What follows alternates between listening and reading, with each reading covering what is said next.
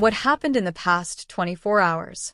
In Iran, an attack on a residential area in Shiraz killed multiple civilians, while strikes on the industrial city of Isfahan left 15 dead and several wounded, according to Iranian officials. 20 people were arrested in northwestern Iran for allegedly sharing military location details with Israel, the prosecutor's office in West Azerbaijan province confirmed.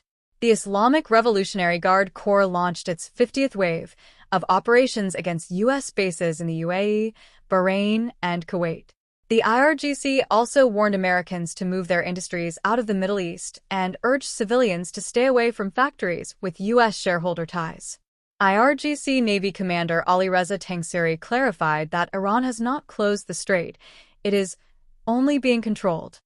Meanwhile, Tehran's governor reported at least 10,000 residential homes damaged or destroyed since the war began. More than 1,400 people have been killed since February 28. Iran confirmed the death of Brigadier General Abdullah Jalali Nasab, adding to a growing list of senior military losses including Abdolrahim Musavi, Aziz Naserzadeh, and Mohammad Pakpor. Foreign Minister Abbas Araghchi dismissed U.S. claims that Supreme Leader Mojtaba Khamenei was wounded or disfigured, stating there is no problem with his health.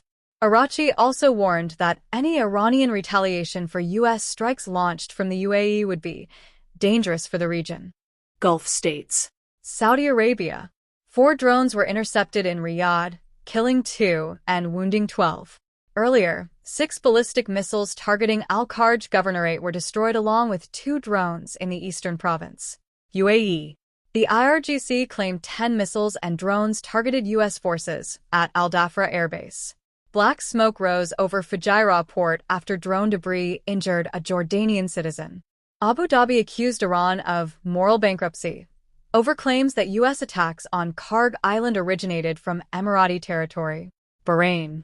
Sirens sounded nationwide as authorities arrested 6 people for spreading misinformation about Iranian attacks. At least 2 have been killed and dozens wounded in the country. Kuwait. 2 missiles struck Ahmad al-Jaber airbase, wounding 3 soldiers. Drones also hit Kuwait International Airport, damaging radar systems. Qatar. The Ministry of Defense confirmed all 4 ballistic missiles and drones launched from Iran were successfully intercepted. United States. In an NBC interview, Trump claimed Iran wants to make a deal, but insisted the terms aren't good enough yet. He questioned whether Supreme Leader Mojtaba Khamenei is even alive and boasted that U.S. attacks on Karg Island totally demolished most of it, adding, "We may hit it a few more times just for fun." Trump called on allies dependent on Gulf oil, including China, to send warships to escort vessels through the strait. Japan responded that the bar would be too high for such action. The administration warned news outlets they could lose broadcasting licenses over distortions in war coverage. A Quinnipiac University poll shows 53% of U.S. voters now oppose the attacks, with nearly 3/4 against deploying ground forces to Iran. While Trump claimed Iran has proposed a peace plan, Reuters reported the administration has rebuffed allied efforts to start negotiations. Iran maintains it will not consider a ceasefire until U.S. and Israeli strikes end. Israel. The Ministry of Health reported 108 injured in the past 24 hours.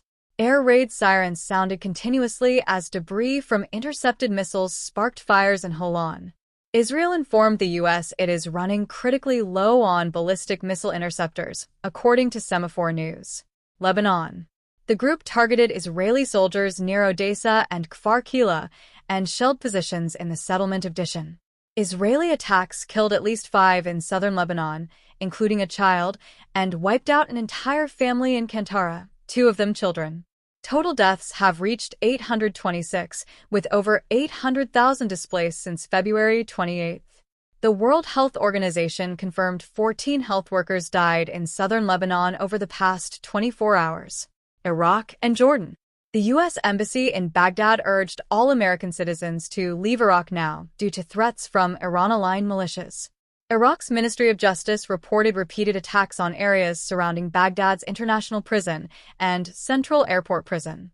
A drone strike sparked a fire at the Lana's oil refinery near Erbil, forcing a suspension of activities. The Jordanian military intercepted 79 of 85 missiles and drones targeting vital sites.